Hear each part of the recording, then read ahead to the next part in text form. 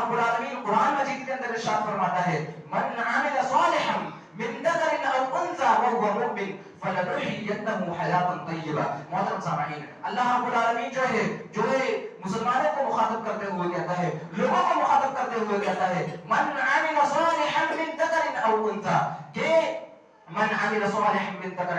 او انثى، چاہے وہ مذکر ہو، چاہے وہ مؤنث ہو، چاہے وہ آدمی ہو، چاہے وہ عورت ہو، من عمل صالحا، جس نے نیک اعمال کیے، جس نے جو ہے نیک اعمال میں اپنی زندگی گزار دی، جس نے اللہ رب العالمین کی عبادت میں اپنی زندگی گزار دی، جس نے نیک اعمال کرنے میں اپنی زندگی گزار دی، جس نے نیک عمل کیا، اللہ رب العالمین آگے کہتا ہے وَهُوَ مُؤْمِنٌ، اس حال میں کہ وہ ایمان والا ہو، اس حال میں کہ وہ مومن بندہ ہو. تو اللہ رب العالمین نے کہا کہ اگر مومن بندہ، اگر ایمان والے، اگر اہل ایمان نیک عمل کرتے ہیں تو اللہ رب العالمین کہتا ہے فَلَنُحْيِيَنَّهُ حَيَاةً طَيِّبَةً، تو ہم انہیں ایک خوشگوار زندگی عطا کریں گے، تو ہم انہیں ایک اطمینان والی زندگی عطا کریں گے، ہم انہیں ایک بہترین زندگی عطا کریں گے. تو محترم سامعین، اللہ رب العالمین نے یہاں دو چیزوں کو ذکر کیا ہے، اس آیت کے اندر دو چیزوں کو ذکر کیا ہے. اسی طرح ہم قرآن کی اور آیتوں کو دیکھیں، نبی کریم صلی اللہ علیہ وسلم کے فرمان کو دیکھیں تو وہاں ہمیں یہ دو چیزیں ملتی ہیں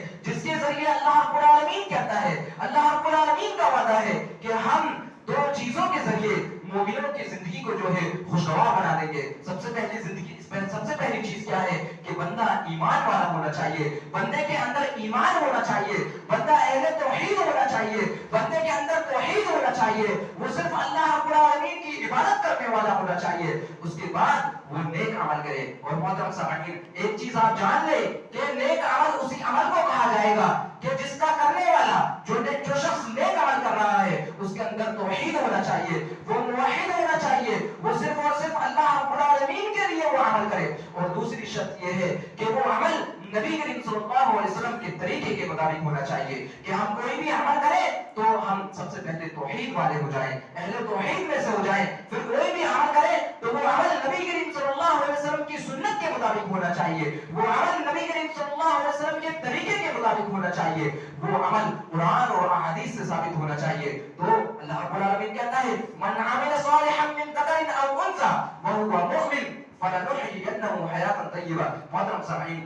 یہ کسی شخص کا وعدہ نہیں، یہ ہمارے رب کا وعدہ ہے، یہ اللہ رب العالمین کا وعدہ ہے کہ جو شخص نیک عمل کرے گا، نیک عمل کب کرے گا؟ جب وہ مومن بندہ ہو، اہل توحید میں سے ہو، اہل ایمان میں سے ہو. تو اللہ رب العالمین کہتا ہے فَلَنُحْيِيَنَّهُ حَيَاةً طَيِّبَةً، تو ہم ایسے شخص کو جو ہے خوشگوار زندگی عطا کریں گے، اطمینان والی زندگی عطا کریں گے، ہم جو ہے خوشیوں والی زندگی عطا کریں گے. تو محترم سامعین، اگر ہماری زندگیوں میں پریشانیاں آ رہی ہیں، ہماری زندگیوں میں مصیبتیں آ رہی ہیں، ہماری زندگیوں میں لوگ جو ہے ہمارے اوپر ظلم کر رہے ہیں، تو ہمیں اپنے آپ کا محاسبہ کرنے کی ضرورت ہے کہ ہم ایمان والے ہیں، کہ ہم مکمل ایمان والے ہیں. پھر ہم ایمان والے ہیں، اہل توحید میں سے ہیں، شرکیہ عمل نہیں کرتے ہیں، بدعات نہیں کرتے ہیں،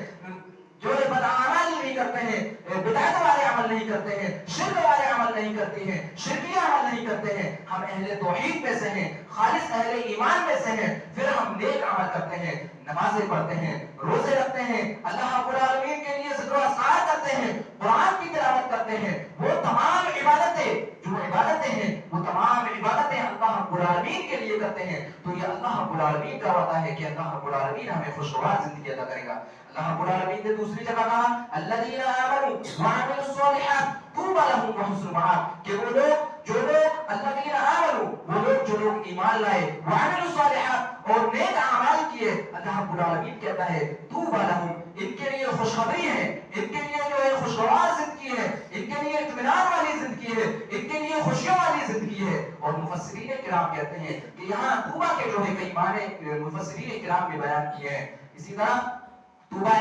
کا ایک معنی یہ بھی ہے کہ طوبی جو ہے، طوبی نام کا جنت میں ایک درخت ہے اور اس کا سایہ اتنا لمبا ہے، یہ اتنا بڑا درخت ہے کہ ایک تیز گھڑ سوار اس کے سائے میں نکلے، اس کے نیچے سے نکلے تو جو ہے 100 سال بھی گزر جائیں تو وہ جو ہے اس درخت کو منقطع نہیں کر سکتا ہے، اس درخت کو ختم نہیں کر سکتا ہے، اس درخت کو پار نہیں کر سکتا ہے۔ تو محترم سامعین، بڑی بڑی خوشخبریاں ہیں اہل ایمان کے لیے، بڑی بڑی خوشخبریاں ہیں نیک عمل کرنے والوں کے لیے کہ جو لوگ ایمان لے آئے پھر انہوں نے نیک اعمال کیے تو اللہ رب العالمین کہہ رہا ہے کہ ان کے لیے جو ہے خوشگوار زندگی ہے، ان کے لیے اطمینان بخش زندگی ہے، ان کے لیے خوشیوں والی زندگی ہے، ان کی زندگیوں میں کوئی پریشانی نہیں ہوگی، ان کی زندگیوں میں کوئی مصیبتیں نہیں ہوگی، ان کی زندگیوں میں دشمنان اسلام ان پر مسلط نہیں ہوں گے۔ محترم سامعین، اسی طرح اللہ رب العالمین کہتا ہے وحسن مآب، اور جو ہے